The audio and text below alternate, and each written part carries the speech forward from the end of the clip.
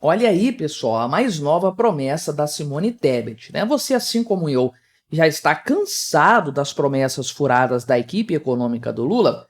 Não é para menos, cada dia é uma coisa diferente, um absurdo completo que eles defendem achando que alguém vai acreditar e que a palavra deles convence o mercado, né? A verdade é que um ou outro acredita e acaba acalmando o ânimo do mercado financeiro de forma geral, mas a promessa aqui da Simone Tebet desta vez, 2024 não, ninguém defende mais, 2024 já era, é um caso perdido. Tudo bem, 2025, né? Agora não, 2025 vai. Qual é a promessa da Simone Tebet? Que o país vai ter um ano de 2025 sem déficit fiscal, vai ser equilibrado. Olha que coisa impressionante, porque coffee, novas medidas estão sendo preparadas pela equipe do planejamento. Ela falou isso um monte de vezes nas últimas semanas, né? Nós temos aqui uma carta na manga para equilibrar as contas. Depois a gente conta para vocês, tá? Mas já tem a carta na manga. Só não vou falar agora qual que é, né? Uma coisa completamente absurda, por quê, né?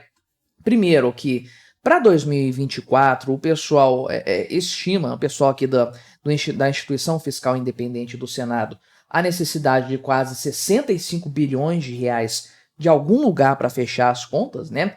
Já para 2025, o mercado projeta que, na verdade, né, a dívida bruta vai atingir 80% do PIB lá em 2025. E aí, Simone Tebet, como é que isso vai ser revertido? Vamos conversar sobre esse tema, mas antes não se esqueça, deixe o seu like e o seu comentário neste vídeo. Se inscreva no meu canal se você ainda não for inscrito, considere se tornar membro patrocinador do meu trabalho, com valores a partir de R$ 1,99 por mês.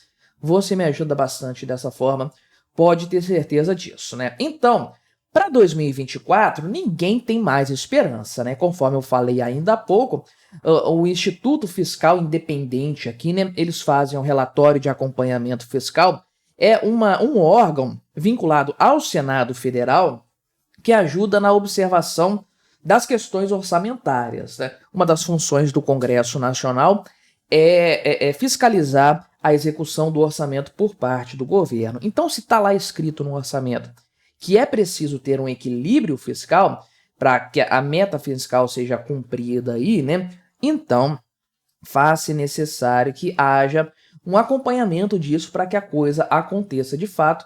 Essa instituição, esse Instituto Fiscal Independente aqui, tem essa característica, né? Então, a estimativa deles para que a meta seja atingida, e a meta aqui é zero, tá? Não são os 28 bilhões ali que é a margem de tolerância. A meta, é o objetivo, é aquilo que o governo deveria perseguir. O governo Lula já está trabalhando com o teto da meta como se fosse o valor. Não, esse é o limite, a margem de tolerância. Para atingir o centro da meta em 2024, o governo teria que tirar, sabe-se lá de onde, 64,8 bilhões de reais, quase 65, né? Isso por meio de aumento de receitas ou redução de gastos. E é uma montanha de dinheiro da qual o governo definitivamente não dispõe, nem tem de onde tirar isso aí, né? Um valor completamente inalcançável para os números atuais do governo, né? Mas ainda assim, a Simone Tebet nutre esperanças para 2025 e 2026.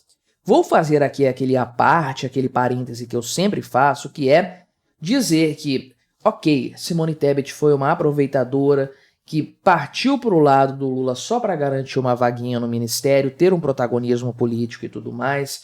Ela sabia onde é que ela estava se metendo. Ok, isso é verdade. Ela fez isso como tantos outros fizeram. Beleza.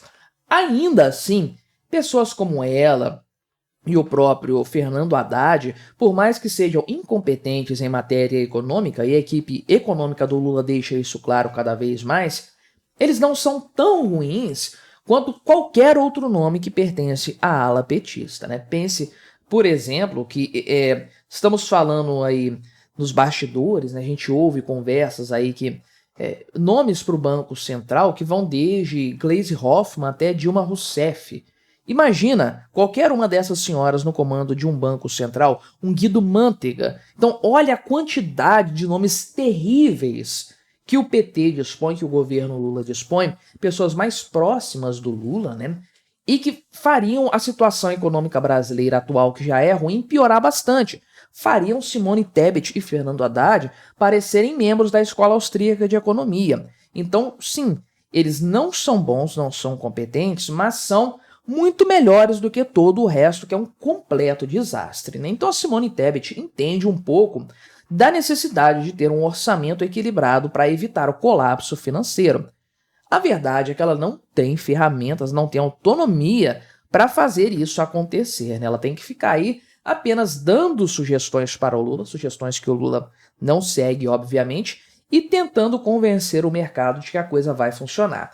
Então, a expectativa dela aqui para 2025 é de que o governo consiga atingir a meta estabelecida, que é o equilíbrio fiscal, né? A meta era melhor antes, o governo deu uma piorada, era para ter superávit já no ano que vem, né? Acontece que já se prevê que o governo vai ter que cortar entre 25 e 26 bilhões de reais no ano que vem para chegar nesse patamar, né? E aí a Simone Tebet falou que não, vai ter um compromisso fiscal para garantir isso aí e tudo mais, né?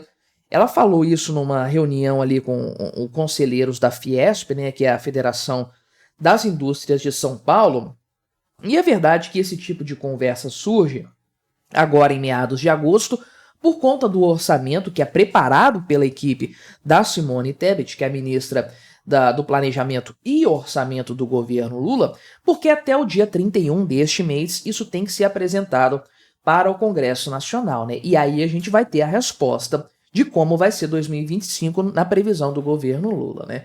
Se vamos ter um cenário realista ou um cenário completamente ficcional, como foi o orçamento deste ano aqui, inclusive, né?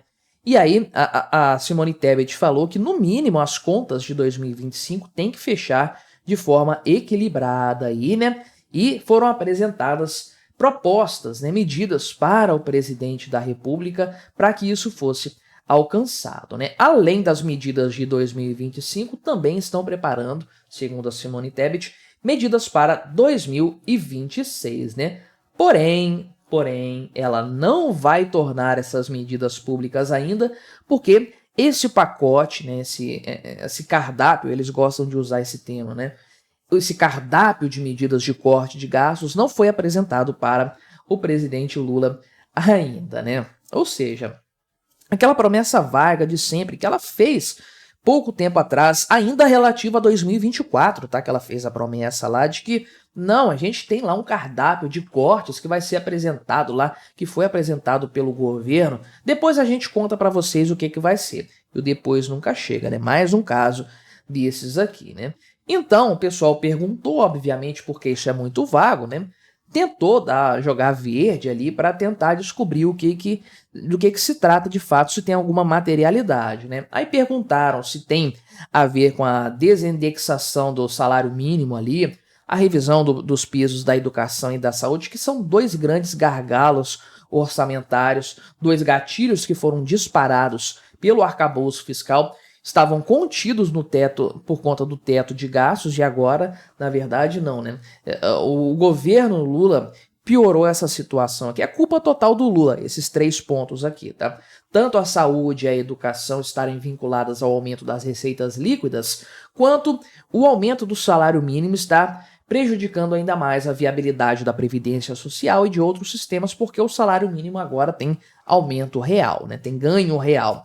E aí a Simone Tebet desconversou e falou que nada está fora da mesa, né? Então, tem aqui alguns pontos que tem alguma dificuldade com o Congresso Nacional. Imagino que ela esteja falando da desoneração da folha de pagamento.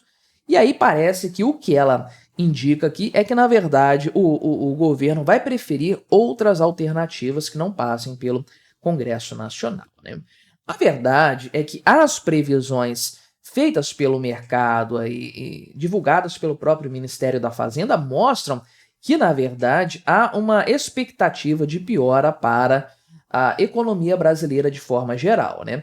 Houve uma redução da estimativa do déficit para este ano, certamente por conta lá dos contingenciamentos e tudo mais. Ainda assim, um valor alto de 73 bilhões de reais projetados para este ano Lembrando, o governo pode ter um déficit até 28,8%, aliás, 28,8 bilhões de reais, 0,25% do PIB, né? Uma melhora em relação à previsão anterior, mas ainda assim um resultado muito ruim, e especialmente levando-se em conta a previsão para o ano de 2025, que é o que tem a promessa aqui da Simone Tebet, né? O mercado estima que a dívida vai chegar aqui a 80,32% do PIB com base aqui, né, em quase 92 bilhões de reais de déficit fiscal para 2025. Então, a expectativa do mercado vai totalmente de encontro às palavras da Simone Tebet, que até o presente momento não tem materialidade.